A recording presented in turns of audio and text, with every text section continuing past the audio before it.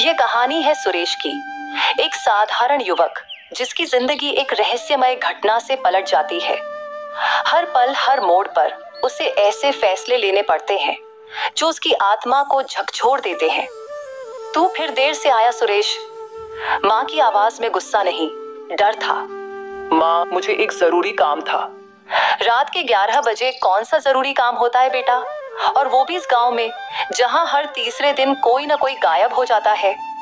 सुरेश चुप था, लेकिन उसके मन में एक तूफान चल रहा था। 3 दिन पहले रामू काका गायब हुए थे, उससे पहले रेखा दीदी, और अब वो जानता था अगले नंबर पर कौन है, खुद वो। सुरेश धीरे धीरे गांव के उस पुराने शिव मंदिर की ओर बढ़ रहा था। हर कदम पर उसकी सांसें तेज होती जा रही थीं। हवा में अजीब सी गंध थी, जैसे किसी ने लोबान जलाया हो या जैसे कुछ सड़ रहा हो। ये सब मेरे वहम है, कुछ नहीं है यहाँ, सुरेश ने खुद से कहा। लेकिन तभी खट, किसी के पैर की आहट। कौन है वहां? कोई जवाब नहीं, सिर्फ सन्नाटा, और फिर एक धीमी हंसी जो किसी बूढ़े की लग रही थी। सुरेश का दिल जोर जोर से धड़कने लगा। क्या मैं वापस चला जाऊं?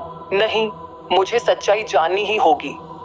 वो मंदिर के पीछे गया, वहां कुछ नहीं था, लेकिन जमीन पर ताजे खून के धब्बे थे, और कुछ दूर एक चाकू पड़ा था जिस पर उसका ही नाम लिखा था, सुरेश। अगली सुबह गांव में सनसनी फैल चुकी थी। सभी कह रहे थे मंदिर में कुछ है, किसी आत्मा का साया या फिर कोई पागल हत्यारा। सुरेश, तुझे कुछ पता है? तू रात में उधर गया था ना? रवि ने पूछा। सुरेश झिझका। हाँ, पर कुछ नहीं दिखा। रवि ने शक की नजर से देखा। अगर कुछ नहीं था तो ये खून कहाँ से आया, और ये चाकू? सुरेश ने उसकी आंखों में देखा, रवि कुछ छुपा रहा था। सुरेश ने तय कर लिया, अब और नहीं, उसे सच्चाई जाननी ही होगी। रात को वो चुपचाप रवि के पीछे पीछे गया। वो सीधा गया गांव के पुराने कुएं के पास। वहां पहुंचते ही रवि ने जेब से कुछ निकाला। वो एक डायरी थी, सुरेश की बहन रेखा की। तो ये सब तू कर रहा था? रेखा को भी तूने?